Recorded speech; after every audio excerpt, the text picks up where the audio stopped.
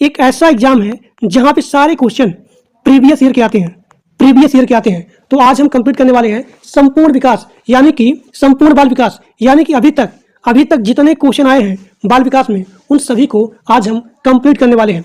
और मैं आपको गारंटी देता हूं, जो लोग मेरा पूरा बाल विकास का क्लास देखेंगे तो एक सिंगल क्वेश्चन क्लास से बाहर नहीं आएगा। मैं आप लोग के लिए मात्र 99 रुपया में पूरा का पूरा बाल विकास दूंगा, पूरा का पूरा CDP का नोट्स, पूरा का पूरा बाल विकास का नोट्स और पूरा का पूरा संपूर्ण हिंदी का नोट्स, पूरा का पूरा टैग वर्ड। जो लोग पूरा टैग वर्ड पढ़ लेंगे, मैं आपको गारंटी देता हूं एक सिंगल क्वेश्चन यानी कि टैग वर्ड की सहायता से आप किसी भी क्वेश्चन को आसानी से सॉल्व कर सकते हो। तो 99 रुपया में बाल विकास, संपूर्ण हिंदी, संपूर्ण टैग वर्ड और यहाँ पे EVS का नोट्स और यहाँ पे जो भी मॉडल पेपर हो गया, MCQ हो गया, उन सभी को मात्र 99 रुपया में देने वाले हैं। जो लोग केवल यहाँ पे इतना क्वेश्चन, इतना PDF, इतना नोट्स पढ़ लेंगे, मैं आपको गारंटी देता हूँ कि सभी लोग बड़े ही आसानी से पास हो जाएंगे। और जो लोग नोट्स लेना चाहते हैं तो आपकी स्क्रीन पे एक नंबर दिख रहा है, इसी नंबर पे मात्र 99 रुपया पेमेंट करना है और उस पेमेंट का स्क्रीनशॉट इसी नंबर के व्हाट्सएप भेज देना है और आपको वहीं पे सारा का सारा नोट्स मिल जाएगा। तो चलिए क्लास को स्टार्ट करते हैं बिना किसी देर किए।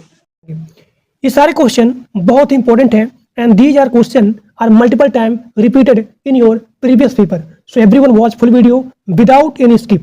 यहाँ पे पहला क्वेश्चन है, किशोरावस्था को तूफानों की अवस्था कहा जाता है। किसने कहा था? तो स्टैनली हॉल ने कहा था किशोरावस्था को तूफानों का अवस्था। अब यहाँ पे आपका अगला क्वेश्चन है, नैतिक विकास का सिद्धांत किसने दिया था? इसका आंसर है कोहलबर्ग ने।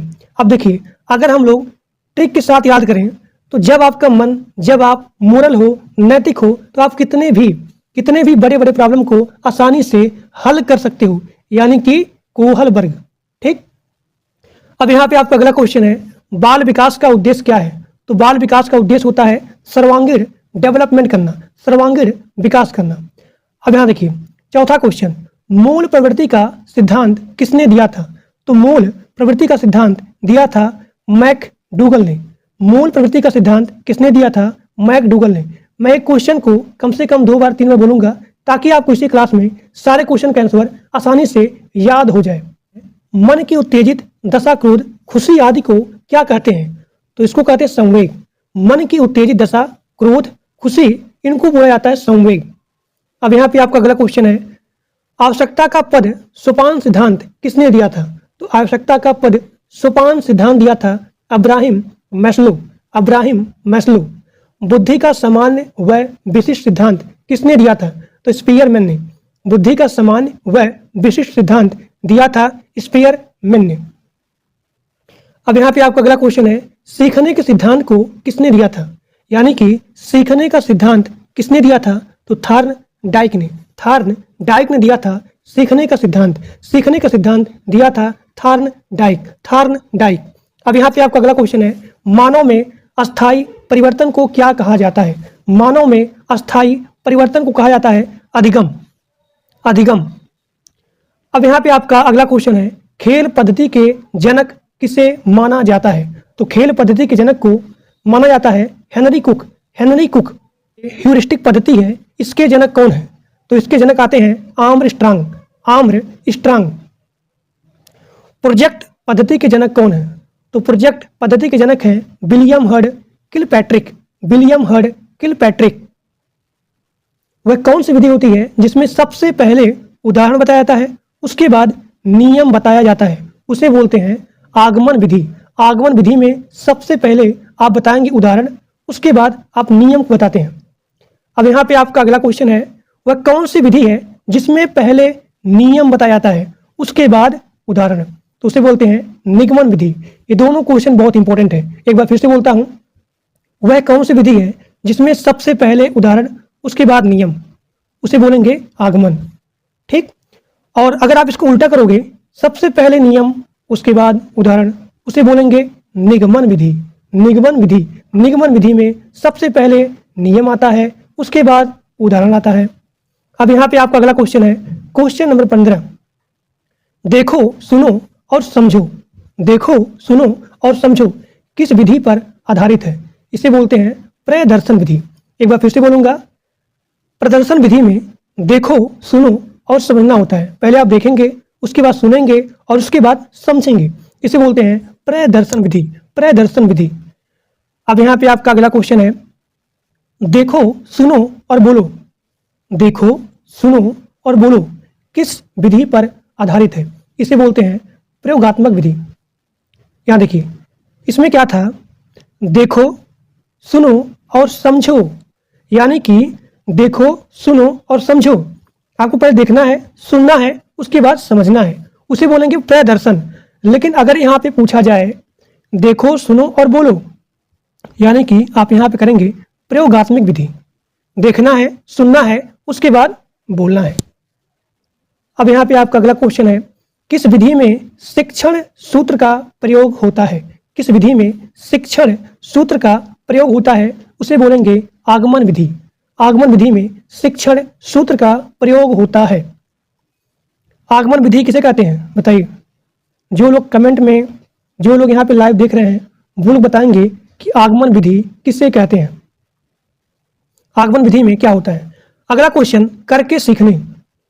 पहले आपको करना है, तब सीखना है, यानी कि आप यहाँ पे प्रैक्टिकल काम कर रहे हो, प्रैक्टिकल काम को करके सीख रहे हो, उसे बोलेंगे प्रयोगशाला विधि। प्रयोगशाला विधि, इसमें आप करके सीखते हो। अब यहाँ पे आपका अगला क्वेश्चन है, किंडरगार्टन विधि, जिसमें कि आपका आता है LKG UKG। तो इसके जनक कौन है? इसके जनक हैं फ्रोबेल। फ्रोबेल। अब यहाँ देखिए, मैं बताता हूँ इसका ट्रिक। किंडरगार्टन, जब आप गार्डन में जाते हो तो आप फ्री में जाते हो, कोई भी पैसा नहीं देते हो। जो बच्चे होते हैं छोटे छोटे, जब वो जाते हैं गार्डन में तो वो जो है कभी भी पैसा नहीं देते हैं, यानी कि आप फ्री हो, आपको फ्री में जा रहे हो। जो बच्चे हैं खुशी के साथ फ्री में जाएंगे, यानी कि फ्री, यानी कि फ्रोबेल। अब यहाँ पे आपका अगला क्वेश्चन है, मॉन्टेसरी शिक्षा प्रणाली के जनक कौन है? तो मॉन्टेसरी शिक्षा प्रणाली के जनक है डॉक्टर मारिया मॉन्टेसरी। अब यहाँ पे आपका अगला क्वेश्चन है, समीपस्थो विकास का सिद्धांत, यानी कि ZPD का सिद्धांत किसने दिया था? तो वाई गुट्स्की ने। वाई गुट्स्की ने। अब यहाँ पे आपका अगला क्वेश्चन है, डाल्टन पद्धति के जनक कौन है? तो डाल्टन पद्धति के जनक हैं कुमारी हेलन पार्क हर्स्ट। अब यहाँ पे आपका अगला क्वेश्चन है, बच्चों में आधारहीन आत्म चेतना अवस्था का संबंध उसके विकास के किस अवस्था से संबंधित है? तो किशोरा अवस्था से संबंधित है। अब यहाँ पे आपका अगला क्वेश्चन है, डिसलेक्सिया किससे संबंधित है? डिसलेक्सिया संबंधित है पढ़ने से।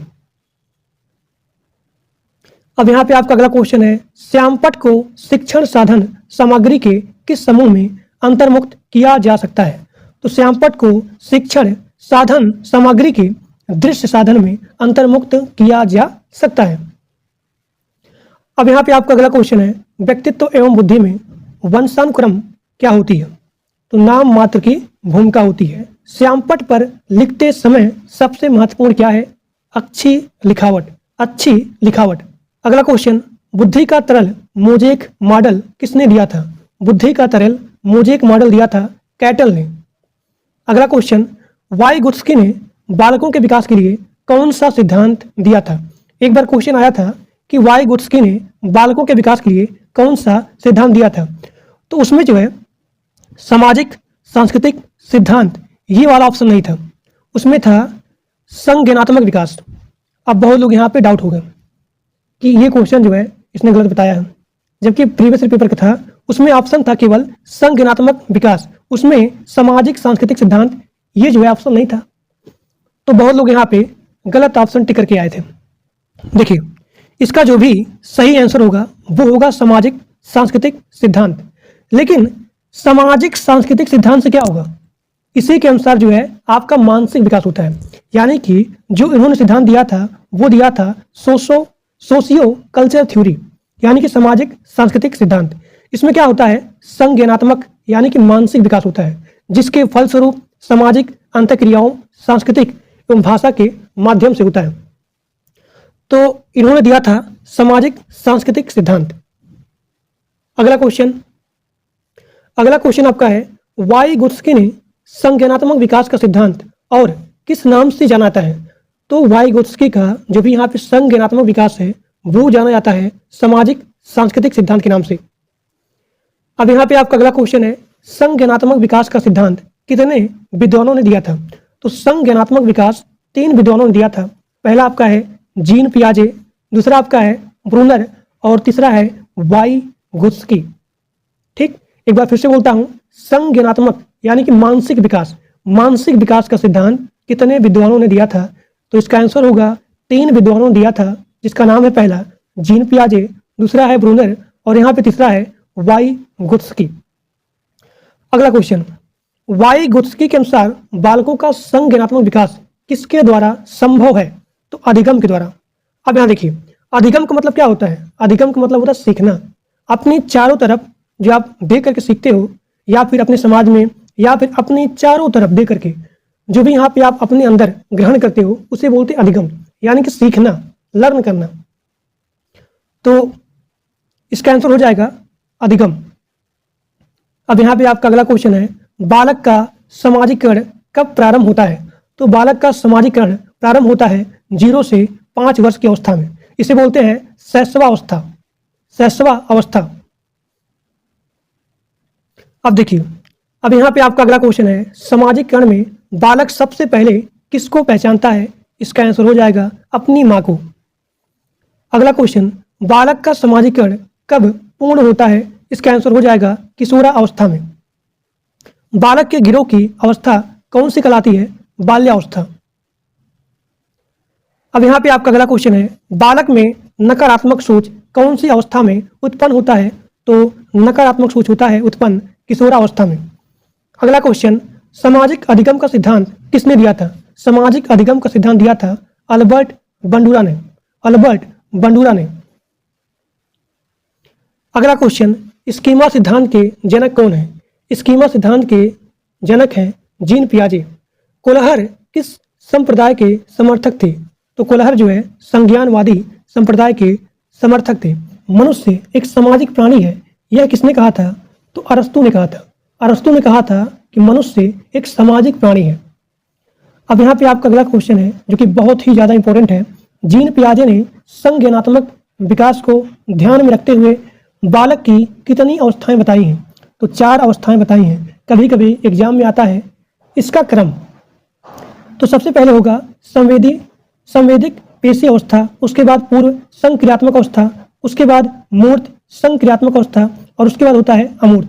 तो सबसे पहले आपको यहाँ पर लिखना है क्रम से, सबसे पहले संवेदिक पेशी अवस्था, उसके बाद पूर्व संक्रियात्मक, उसके बाद मूर्त, उसके बाद अमूर्त। अब देखिए, कभी कभी इसका एज भी पूछ लेता है। तो संवेदिक पेशी अवस्था में आता है जन्म से 2 वर्ष, पूर्व संक्रियात्मक अवस्था 2 से 7 वर्ष, उसके बाद मूर्त संक्रियात्मक अवस्था। अब अगर आपको यहाँ पे याद करना है मूर्त, यानी कि हम जिएंगे साथ साथ और हम मरेंगे साथ साथ। तो यानी कि आप यहाँ पे मूर्त को मरने से लीजिए कि हम साथ साथ मरेंगे, यानी कि आपको यहाँ पे सबसे पहले जो एज यहाँ पे स्टार्ट होगा, जो भी यहाँ पे वर्ष स्टार्ट होगा, वो होगा 7 से। हम साथ साथ जिएंगे, साथ साथ मरेंगे। कौन? हम मतलब 1 और यहाँ पे 2, यानी कि हम दोनों साथ साथ जिएंगे और साथ साथ मरेंगे। यानी कि आपका यहाँ ट्रिक बैठ जाएगा। मूर्त संक्रियात्मक अवस्था में सबसे पहले स्टार्ट होगा 7 से 12 वर्ष। अब देखिए, उसके बाद आता है अमूर्त, यानी कि 12 से 15 वर्ष। अब यहाँ पे आपका अगला क्वेश्चन है, बालक में चिंतन का प्रारंभ किस अवस्था में होता है? किस अवस्था में प्रारंभ होता है? तो 2 से 7 वर्ष में। 2 से 7 वर्ष में। अगला क्वेश्चन, जीन पियाजे के अनुसार समायोजन की अवस्था किसे कहा जाता है? तो जीन पियाजे के अनुसार समायोजन की अवस्था को बोलते हैं संवेदी गत्यात्मक अवस्था। ये ठीक। अब यहाँ पे आपका अगला क्वेश्चन है, जीन पियाजे के अनुसार विकास की किस अवस्था को मुख्य परिवर्तन बिंदु कहा जाता है? इसका आंसर होगा ठोस संक्रियात्मक अवस्था। एक बार फिर से बोलता हूँ, जीन पियाजे के अनुसार विकास की किस अवस्था को मुख्य परिवर्तन बिंदु कहा जाता है? तो ठोस संक्रियात्मक अवस्था। अगला क्वेश्चन, गिलफोर्ड ने सृजनशील प्रक्रिया के कितने चरण बताए हैं? गिलफोर्ड ने सृजनशील प्रक्रिया के कितने चरण बताए हैं? तो 5 चरण बताए हैं। सबसे पहले आपका है संज्ञान, स्मृति, अपसारी चिंतन, अभिसारी चिंतन, उसके बाद मूल्यांकन। एक बार फिर से देखिए, गिलफोर्ड ने सृजनशील प्रक्रिया के 5 चरण बताए हैं। सबसे पहले आपका है संज्ञान, स्मृति, अपसारी, अभिसारी, उसके बाद मूल्यांकन। अगला क्वेश्चन, वह कौन सी अवस्था है जब बच्चा तार्किक रूप से वस्तुओं व घटनाओं के विषय में चिंतन प्रारंभ करता है? उसे बोलते हैं मूर्त संक्रियात्मक अवस्था, जिसकी यहाँ पे टाइम होता है 7 से लेकर के 11 वर्ष। अब यहाँ पे आपका अगला क्वेश्चन है, वह कौन सी जगह है जहाँ बच्चे के संज्ञानात्मक विकास को सबसे बेहतर तरीके से परिभाषित किया जा सकता है? वो है विद्यालय एवं कक्षा में। अब यहाँ पे आपका अगला क्वेश्चन है, बच्चे दुनिया के बारे में अपनी समझ का सृजन करते हैं, इसका श्रेय किस विद्वान को जाता है? इसका आंसर होगा जीन पियाजे को। जीन पियाजे को। स्ट्रिंग ने कहा था शिशु अपने एवं अपने संसार के बारे में अधिकांश बातें खेल के माध्यम से सीखता है। स्ट्रिंग जी ने कहा था विकास कभी न समाप्त होने वाली प्रक्रिया है, यह विचार किस सिद्धांत से संबंधित है? इसका आंसर होगा निरंतरता के सिद्धांत से संबंधित है। अब देखिए, निरंतरता का मतलब होता है कॉन्टिन्यूअस, यानी कि जो कभी भी समाप्त ना हो, उसे बोलते हैं निरंतरता। अब यहाँ पे आपका अगला क्वेश्चन है, बच्चे के बौद्धिक विकास की 4 विशिष्ट अवस्थाओं की पहचान किस विद्वान द्वारा की गई है? इसका आंसर है जीन पियाजे। अगला क्वेश्चन, बच्चों के बौद्धिक विकास की 4 विशिष्ट अवस्थाओं की पहचान किस विद्वान द्वारा की गई है? जीन पियाजे के द्वारा। पर्यटन विधि के जनक कौन है? पेस्टोलॉजी। खोज विधि के जनक कौन है? Arm strong. इसे बोलते हैं, खोज विधि का अलग अलग नाम भी है, ह्यूरिस्टिक विधि या फिर अन्वेषण विधि। तो अगर पूछा जाए आपके एग्जाम में ह्यूरिस्टिक विधि या फिर अन्वेषण विधि के जनक कौन है, तो वो है आर्म स्ट्रॉन्ग। अन्वेषण विधि के जनक कौन है? देखिए, आर्म स्ट्रॉन्ग।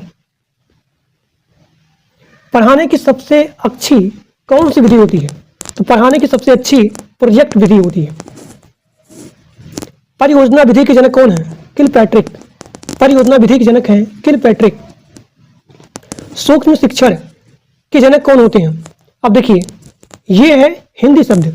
अगर पूछा जाए इसका अंग्रेजी शब्द कि माइक्रो टीचिंग के जनक कौन है, तो इसका आंसर हो जाएगा DWLN। DWLN। इकाई उपागम के जनक कौन है? तो मॉरिसन। इकाई उपागम के जनक है मॉरिसन। जन्म के समय बालक में कितनी हड्डियां होती हैं? 270। स्वयं की भावना तथा संवेगों को नियंत्रित करने से संबंधित बुद्धि को क्या कहा जाता है? भाषाई बुद्धि। भाषाई बुद्धि। बिना साइमन परीक्षण द्वारा किसका मापन किया जा सकता है? उसका आंसर होगा सामान्य बुद्धि का। बिना साइमन परीक्षण द्वारा किसका मापन किया जा सकता है? उसका आंसर होगा सामान्य बुद्धि का। अब यहाँ पे आपका अगला क्वेश्चन है, मानसिक आयु के प्रत्यय का सर्वप्रथम प्रयोग किस विद्वान द्वारा किया गया? इसका आंसर होगा बीने साइमन। बीने साइमन। एक बार फिर से बोलता हूँ, मानसिक आयु के प्रत्यय का सर्वप्रथम प्रयोग किस विद्वान ने किया था? तो बीने साइमन। जिस भी बच्चे का IQ लेवल 140 से अधिक है, उसे हम रखेंगे प्रतिभाशाली श्रेणी में। अगला क्वेश्चन, सृजनशीलता मौलिक परिणामों को अभिव्यक्त करने की मानसिक क्रिया है, यह कथन किसका है? तो क्रो एंड क्रो का। क्रो एंड क्रो का। एक बार फिर से बोलता हूँ, सृजनशीलता मौलिक परिणामों को अभिव्यक्त करने की मानसिक प्रक्रिया है, यह कथन है क्रो एंड क्रो का। लिखावट से संबंधित लिखने की योग्यता में कमी किसका एक लक्षण है? तो डिसग्राफिया का। डिसग्राफिया का। एक बार फिर से बोलता हूँ, लिखावट से संबंधित लिखने की योग्यता, अगर यहाँ पूछा जाए लिखने की योग्यता, तो उसे बोलेंगे डिसग्राफिया।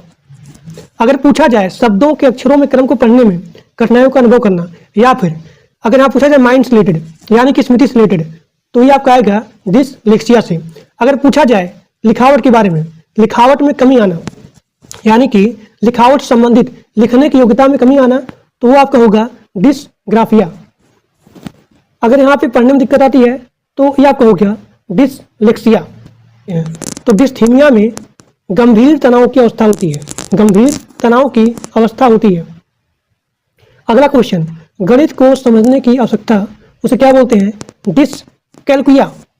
अब यहाँ पे आपका ट्रिक होगा, गणित में आप क्या करते हैं? कैलकुलेट करते हैं, तो आपका यहाँ होगा कैलकुलिया। कैलकुलिया। डिसकैलकुलिया।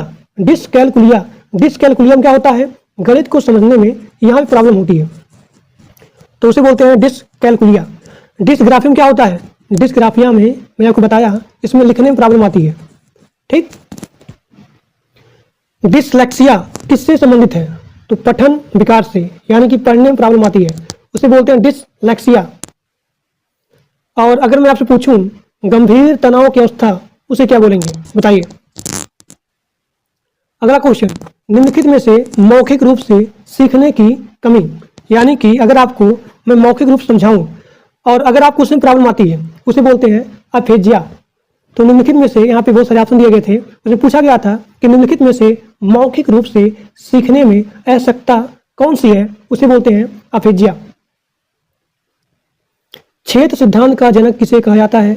आपका आंसर होगा कर्ट लेविन। कर्ट लेविन किस विचारधारा से प्रभावित थे? तो कर्ट लेविन गेस्टाल्टवादी विचारधारा से संबंधित थे। एक बार फिर से देखिए, अगर पूछा जाए कि क्षेत्र सिद्धांत का जनक कर्ट लेविन, अब यहाँ पे पूछा गया है जो कि बहुत इंपॉर्टेंट है कि कर्ट लेविन किस विचारधारा से संबंधित थे? तो गेस्टाल्टवादी विचारधारा से संबंधित थे। कर्ट लेविन किस विचारधारा के समर्थक थे? तो संज्ञानवादी। अब यहाँ पे आपका अगला क्वेश्चन है, कर्ट लेविन के क्षेत्र सिद्धांत में क्षेत्र का अर्थ क्या है? तो जीवन में विभिन्न क्षेत्रों से, आपकी लाइफ से, आपके जीवन के विभिन्न क्षेत्रों से। अधिगम का श्रेणी क्रम सिद्धांत किसने दिया था? तो अधिगम यानी कि लर्निंग प्रोसेस, जो भी यहाँ श्रेणी है, इसका क्रम सिद्धांत दिया था रॉबर्ट गेने ने। अगला क्वेश्चन, रॉबर्ट गेने किस विचारधारा के समर्थक थे? तो संज्ञानवादी। अब देखिए, अगला क्वेश्चन है, रॉबर्ट गेने के अनुसार अधिगम का सबसे निम्न स्तर कौन सा है? अब यहाँ पे सभी लोग याद करिए, इसका जो भी क्रम है, सबसे पहला क्रम आता है संकेत, उसके बाद उद्दीपन, उसके बाद श्रृंखला, उसके बाद शाब्दिक, उसके बाद विभेदी, उसके बाद प्रत्यय, उसके बाद अधिनियम या फिर सिद्धांत अधिगम, उसके बाद होता है समस्या समाधान। तो जब आप पूरा सीख जाओगे, इसका ट्रिक होता है क्या, जब आप ये पूरा सीख जाओगे उसके बाद तभी आप यहाँ सभी समस्याओं को सॉल्व कर सकते हो। तो आपसे यहाँ पे क्वेश्चन पूछा गया था कि रॉबर्ट गेन के अनुसार अधिगम यानी कि सीखने का सबसे निम्न स्तर कौन सा है? तो संकेत अधिगम, यानी कि आप यहाँ पे संकेत के द्वारा सिखाते हो, तो वो आपका होता है संकेत अधिगम। अगला क्वेश्चन, रॉबर्ट गेन के अनुसार अधिगम का सबसे उच्च स्तर क्या है? देखिए, सबसे उच्च, तो सबसे उच्च यहाँ पे क्या था? समस्या समाधान अधिगम, समस्या समाधान अधिगम। ठीक, तो इसका आंसर हो गया ये। सुल्तान नाम के चिंपांजी पर किस वैज्ञानिक ने प्रयोग किया था? तो कोहलर जी ने किया था। चूहे पर किस वैज्ञानिक ने प्रयोग किया था? स्किनर ने। बुद्धि का प्रदर्श नमूना यानी कि सैंपल सिद्धांत किसने दिया था? थॉमसन ने। बुद्धि को मापने के लिए मानसिक आयु सम प्रत्यय किस विद्वान ने दिया था? तो अल्फ्रेड बीने ने। कब दिया था? 1905 में। एक बार फिर से देखिए, बुद्धि को मापने के लिए मानसिक आयु सम प्रत्यय किस विद्वान दिया था? तो अल्फ्रेड बीने ने दिया था 1905 में। अगला क्वेश्चन, अल्फ्रेड बीने ने बुद्धि को कितने भागों में बांटा है? तो अल्फ्रेड बीने ने बुद्धि को 3 भागों में बांटा है। पहला, इसका आंसर होगा मंद बुद्धि, दूसरा होगा कुशाग्र बुद्धि और तीसरा होगा औसत बुद्धि। तो अल्फ्रेड बीने ने बुद्धि को 3 भागों में बांटा है। पहला आपका होगा मंद बुद्धि, दूसरा आपका होगा कुशाग्र बुद्धि, तीसरा आपका होगा औसत बुद्धि। भाटिया परीक्षण संबंध किससे है? तो भाटिया परीक्षण संबंध है बुद्धि को नापने से। एक बार फिर से बोलता हूं क्योंकि क्वेश्चन बहुत इंपॉर्टेंट है, पूछा गया था multiple time. These are question are multiple time repeated in your previous paper कि भाटिया परीक्षण किससे संबंधित है? तो भाटिया परीक्षण बुद्धि को नापने से संबंधित है। अब यहाँ पे आपका अगला क्वेश्चन है, वेस्लर परीक्षण का संबंध किससे है? तो वेस्लर परीक्षण का संबंध है बुद्धि को नापने से। अष्टन के सूत्र में संशोधन किसने किया? अष्टन के सूत्र में संशोधन किया था टर्मन ने। एक बार फिर से बोलता हूं, टर्मन जी ने अष्टन के सूत्र में संशोधन करने का काम किया था। अगला क्वेश्चन, बुद्धि को मापने के लिए पहली मनोवैज्ञानिक प्रयोगशाला कहाँ बनाई गई है? तो जर्मनी में। कब? 1879 में। अगला क्वेश्चन, बुद्धि का विचलन बुद्धि सिद्धांत किसने दिया था? तो वेस्लर महोदय जी ने दिया था 1960 में। अंधों की लिपि के जनक कौन है? तो अंधों की लिपि के जनक हैं लुई ब्रेल। Louis Braille. अगला क्वेश्चन, LKG व UKG, इसका जो है जो यहाँ पद्धति है LKG से UKG, तो इस पद्धति के जनक कौन है? फ्रोबेल। फ्रोबेल। नर्सरी पद्धति के जनक कौन है? तो नर्सरी पद्धति के जनक है मारिया मॉन्टेसरी। भूल एवं प्रयत्न सिद्धांत किसने दिया था? तो थार्न डाइक जी ने दिया था। भूल एवं प्रयत्न सिद्धांत दिया था थार्न डाइक जी ने। अगला क्वेश्चन, अनुकूलित अनुक्रिया या फिर क्लासिकी अनुबंधक सिद्धांत किसने दिया था? तो पाओलाव जी ने दिया था। पाओलाव। और मैं अगर इसका जो है ट्रिक बताऊं कि अनुकूलित अनुक्रिया या फिर क्लास, जब आपको बहुत ही ज़्यादा लव हो जाता है, प्यार हो जाता है, तो आप पूरा यहाँ पे क्या होते हैं, अपने जो भी यहाँ पे सपोज कि यहाँ प्रेमिका है, वो आपकी लगाते हैं क्लास, और आप वहाँ पूरा कूल नहीं रहते हो, अनुकूल रहते हो। तो अगर यहाँ पूछा जाए कि अनुकूलित अनुक्रिया या फिर क्लास इसकी अनुबंधक सिद्धांत किसने दिया था? तो लाव यानी कि पाओलाव। क्रिया प्रसूत अनुबंध सिद्धांत किसने दिया था? तो स्किनर जी ने दिया था क्रिया प्रसूत अनुबंध सिद्धांत। अब यहाँ पे आपका अगला क्वेश्चन है, जीन पियाजे किस विचारधारा के समर्थक थे? तो जीन पियाजे संज्ञानात्मक विचारधारा के समर्थक थे, क्योंकि अगर आपका यहाँ पे संज्ञानात्मक विकास होगा तभी आपका सामाजिक एवं सांस्कृतिक विकास होगा। तो इसीलिए जीन पियाजे हमेशा संज्ञानात्मक विचारधारा के समर्थक थे। जीन पियाजे किस देश के निवासी थे? तो स्विट्जरलैंड। अब यहाँ पे आपका अगला क्वेश्चन है, वह कौन वैज्ञानिक हैं जो पहले जीव विज्ञान के प्रोफेसर थे, बाद में मनोविज्ञान के प्रोफेसर बने हैं? उनका नाम है जीन पियाजे। तो जीन पियाजे सबसे पहले जीव विज्ञान के प्रोफेसर थे, उसके बाद मनोविज्ञान के प्रोफेसर बन गए। अब यहाँ पे आपका अगला क्वेश्चन है, बालक के व्यक्तित्व के सर्वांगीण विकास के लिए शिक्षक को बालक के कौन सी जानकारी होनी चाहिए? यानी कि अगर शिक्षक को बालक का सर्वांगीण विकास करना है तो बालक का कौन सा जानकारी शिक्षक के पास होना चाहिए? इसका आंसर हो जाएगा व्यवहार। अगर शिक्षक को बालक के व्यवहार के बारे में जानकारी है तभी उसका सर्वांगीण विकास कर सकता है।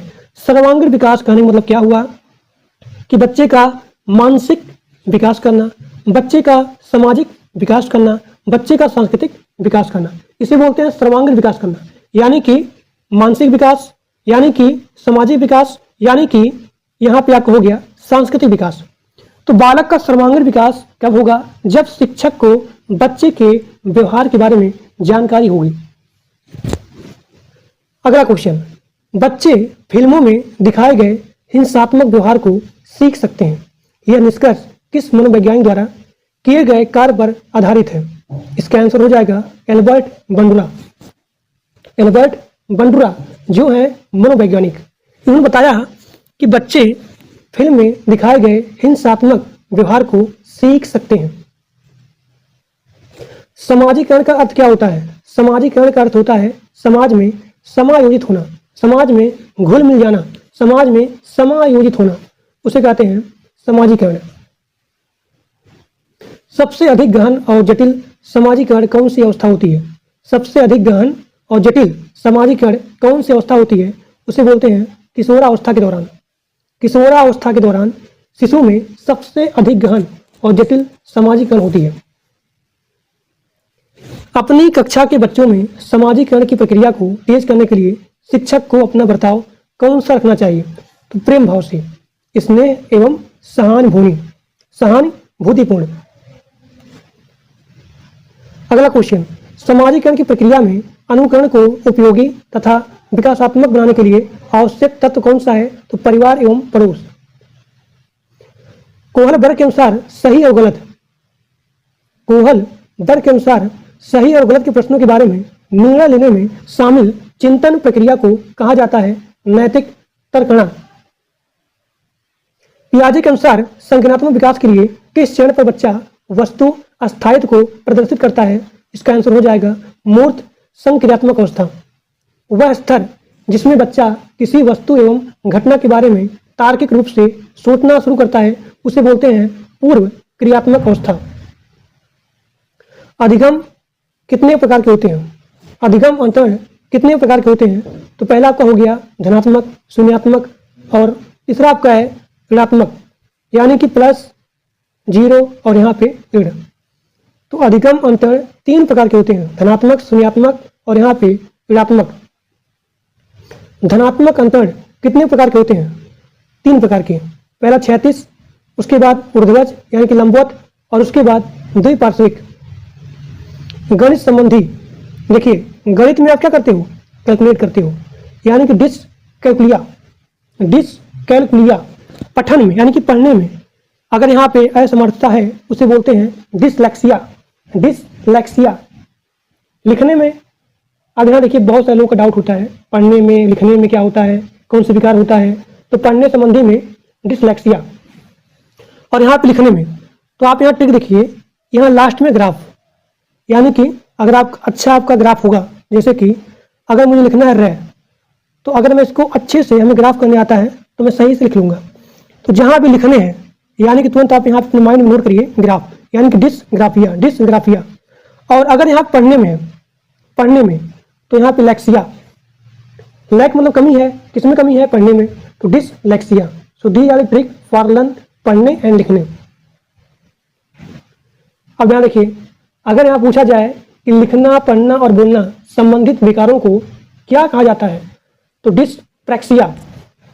अब यहाँ देखिए, अगर आप सही से प्रैक्टिस नहीं करोगे तो ना ही आप लिख पाओगे, ना ही आप पढ़ पाओगे और ना ही आप बोल पाओगे। तो ये आपको हो गया डिसप्रैक्सिया। अगला क्वेश्चन, मनोसामाजिक विकास का सिद्धांत किसने दिया था? तो इरिक्सन ने। समायोजन की अवस्था कौन सी अवस्था होती है? शैशवावस्था। समायोजन की अवस्था कौन सी अवस्था होती है? शैशवावस्था। जब बच्चे यहाँ पे शैशवावस्था होते हैं तो सभी के पास यहाँ पे समायोजित हो जाते हैं, तो समायोजन की अवस्था शैशवावस्था में होती है। औपचारिक शिक्षा प्रारंभ होने की उम्र कितनी होती है? 6 वर्ष। औपचारिक शिक्षा किसे कहते हैं? तो औपचारिक शिक्षा कहते हैं जो शिक्षा संस्थानों में, विद्यालय में, स्कूल में दी जाती है उसे बोलते हैं औपचारिक शिक्षा। और यहाँ देखिए, अनौपचारिक क्या होता है? जब आप शिक्षा किसी एक व्यक्ति के पास पर्टिकुलर जाकर देते हो, यानी कि आंगनबाड़ी में दी जाने वाली शिक्षा, घर में दी जाने वाली शिक्षा, तो वो होती है अनौपचारिक। और औपचारिक में क्या होता है? जो शिक्षा संस्थानों में, विद्यालय में, स्कूल में, संस्था में दी जाती है वो होती है औपचारिक। अगला क्वेश्चन, समाजीकरण की क्रिया कब चलती है? तो समाजीकरण की क्रिया जीवन भर चलती है। बालक कितने माह में अपनी माता को पहचानने लगता है? तो 3 माह में। शर्म की अवस्था कौन सी अवस्था कहते हैं? तो शर्म की अवस्था बाल्यावस्था कहते हैं। आपस झगड़े की भावना कौन सी अवस्था होती है? बाल्यावस्था। किस अवस्था में बच्चे अपने समकक्षी वर्ग के सक्रिय सदस्य बनते हैं? किशोरावस्था में। जो उसके जितने समीप होंगे, करीब होंगे, तो उसी के सक्रिय सदस्य बनते हैं। खिलौनों की आयु किस अवस्था को कहा जाता है? तो पूर्व बाल्यावस्था, यानी कि बाल्यावस्था के पहले। जिन इच्छाओं की पूर्ति नहीं होती है उनका भंडार गृह कौन सा है? इदम में। ईदम। अब यहाँ पे आपका अगला क्वेश्चन है, प्रयोजनवाद किसे जन्म दिया? तो प्रयोजनवाद प्रोजेक्ट विधि को जन्म दिया। अगला क्वेश्चन, ईर्ष्या भावना कौन सी अवस्था होती है? ईर्ष्या भावना बाल्यावस्था में होती है। अगला क्वेश्चन, बालक मानव ध्वनि एवं अन्य ध्वनि में अंतर करना कब सीखता है? तो 1 माह में। अगला क्वेश्चन, अंतरामुखी व बहिर्मुखी में से सामाजिक विकास किसका अधिक होता है? तो बहिर्मुखी का। अंतरामुखी में और बहिर्मुखी में, इन दोनों में सामाजिक विकास किसका अधिक होता है? तो बहिर्मुखी का। बहिर्मुखी।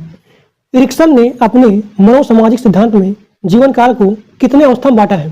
तो 8 अवस्था में। एक बार फिर से बोलता हूँ, इरिक्सन ने अपने मनोसामाजिक सिद्धांत में जीवन को 8 अवस्था में बांटा है। विश्व में पहली बार मनोविज्ञान की प्रयोगशाला किसने और कब और कहाँ पर स्थापित किया? तो विलियम ने किया था। किसने किया था? विलियम ने। कब किया था? 1879 में। कहाँ पे किया था? जर्मनी में। एक बार फिर से बोलता हूँ, विश्व में पहली बार मनोविज्ञान की प्रयोगशाला किसने किया था, कब किया था और कहाँ पे किया था? तो विश्व में सबसे पहली बार विलियम बुट ने मनोविज्ञान की प्रयोगशाला किया था जर्मनी में 1879 में। शिक्षा में प्रयोजनवाद की विचारधारा के प्रवर्तक कौन है? तो विलियम जेम्स। बच्चों के लिए सबसे उत्तम शिक्षक वह है जो स्वयं बालक जैसा हो। यह कथन किसका है? तो यह कथन है मेनकेन ने कहा कि बच्चों के लिए सबसे अच्छा टीचर, सबसे अच्छा शिक्षक वही है जो खुद को एक बालक जैसा मान ले, एक बालक जैसा बन जाए। उसे बोलते हैं अच्छा टीचर, उसे बोलते हैं उत्तम टीचर। तो ये कहा था मेनकन जी ने। सामाजिक समायोजन का कठिन काल किसे कहा जाता है? तो सामाजिक समायोजन का कठिन काल कहा जाता है पूर्व किशोरावस्था को। अगला क्वेश्चन है, छात्रों का विश्वास प्राप्त करने हेतु शिक्षक को उनके साथ कैसा व्यवहार करना चाहिए? तो मित्र जैसा व्यवहार करना चाहिए। प्रतिस्थापन का सिद्धांत किस वैज्ञानिक ने दिया था? तो गुथरी ने दिया था। गुथरी ने प्रतिस्थापन का सिद्धांत दिया था। हिंदुस्तानी बीजगणित क्रिया परीक्षण के प्रतिपादक हैं, उनका नाम है C.H. राइस। आवश्यकता का पद सोपान सिद्धांत किसने दिया था? तो अब्राहम मास्लो ने दिया था। अधिगम का अर्थ क्या होता है? तो अधिगम का अर्थ होता है सीखना, लर्निंग करना। अधिगम से क्या तात्पर्य है? तो मानव व्यवहार में होने वाली अस्थायी परिवर्तन ही अधिगम कहलाती है।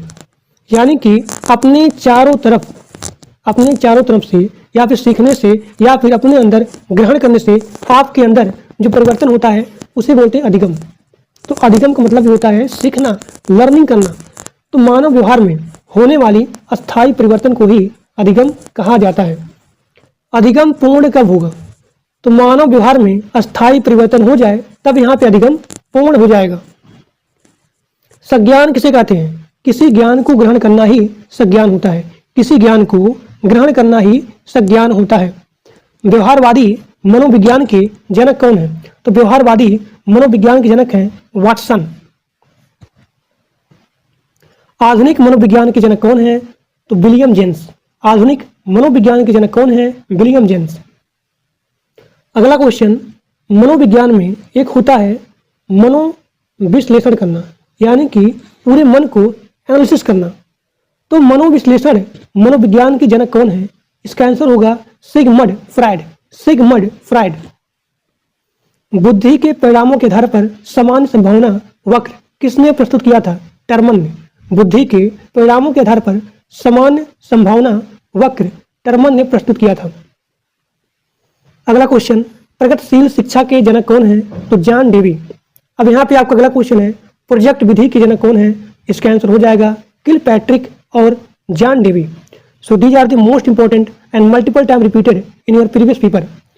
तो ये आपका पूरा कंप्लीट हो गया बाल विकास का important and multiple time repeated question that's are very very most important. So please everyone maximum share with your friends. और जो लोग मेरे व्हाट्सएप ग्रुप में और टेलीग्राम ग्रुप में नहीं ज्वाइन हो, सभी लोग जाकर के ग्रुप को ज्वाइन कर लीजिए। तो आज के लिए बस इतना ही। Thank you.